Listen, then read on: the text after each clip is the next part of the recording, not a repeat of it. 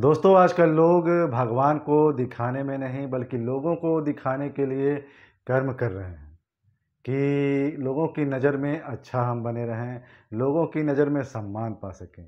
लेकिन वास्तव में देखा जाए तो ये बिल्कुल सही नहीं है, क्योंकि जब तक हम ईश्वर की नज़र में अच्छे नहीं रहेंगे, ईश्वर की नज़र में अच्छे रहने का मतलब दोस्तों ये कि जब तक हमारे मन को शांति ना मिले, हमारे मन को संतुष्टि ना मिले, तब समझ जाइए वो काम सही नहीं है।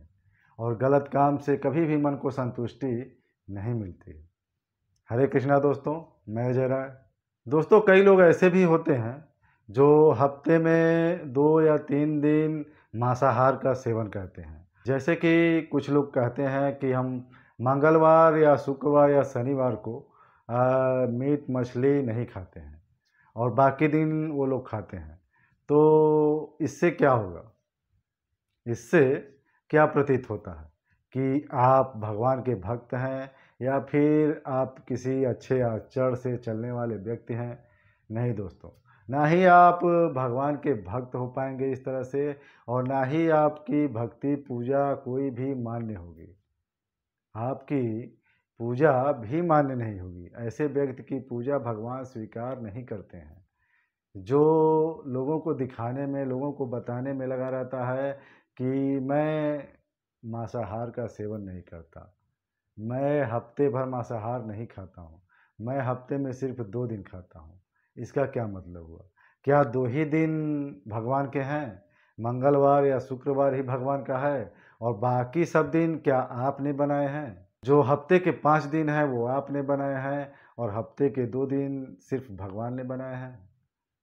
नहीं दोस्तों, सारे दिन भगवान ने बनाए हैं और आपको भी उसी ने बनाया है और आपको बनाकर आपके अंदर बैठा भी है, आपके अंदर विराजमान भी है। आपके आचरण पाप वाले हो जाएँगे, आपकी बुद्धि पाप करने योग्य हो जाएगी।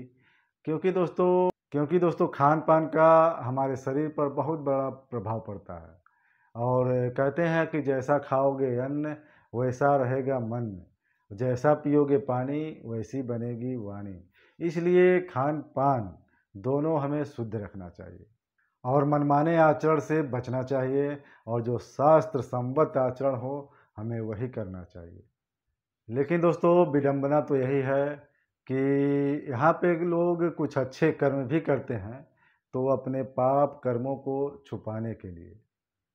कुछ अच्छे कर्म भी अगर लोग करते हैं, तो बस उससे यही सोचते हैं कि हमारे पाप किए हुए कर्म छुप जाएँ, हमारे पाप किए हुए कर्म प्रकाशित ना हों, लोग उन्हें जान ना पाएँ कि हम कैसे आचरण के व्यक्ति हैं, हमने पाप किया है।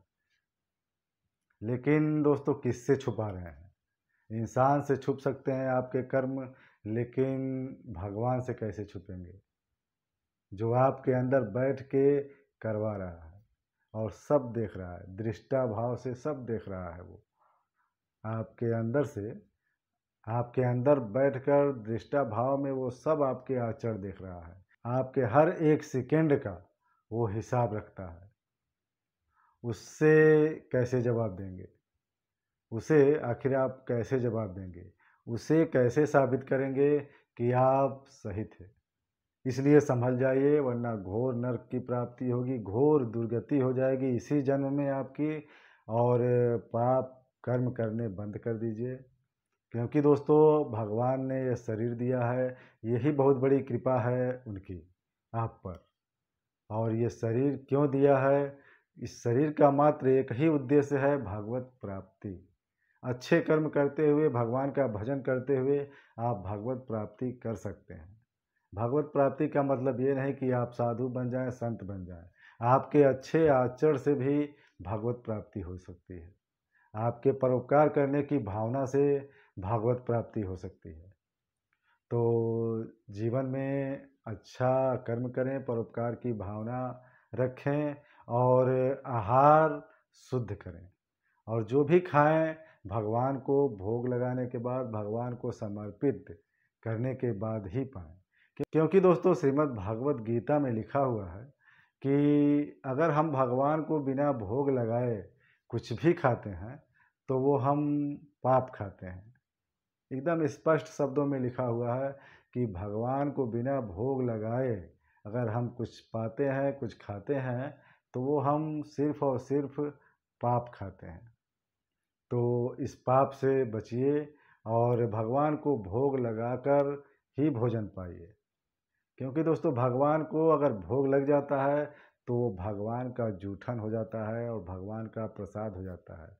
जिससे आपकी बुद्धि भी शुद्ध होगी, आपके आचरण भी शुद्ध होंगे और जीवन में भगवान के प्रति विश्वास भी बढ़ेगा। और यही विश्वास आपको दुःख और विपत्ति से बाहर निकालेगा। तो जीवन में अच्छे कर्म करिए, परोपकार की भावना करिए और शुद्ध आहार रखिए। राधे राधे।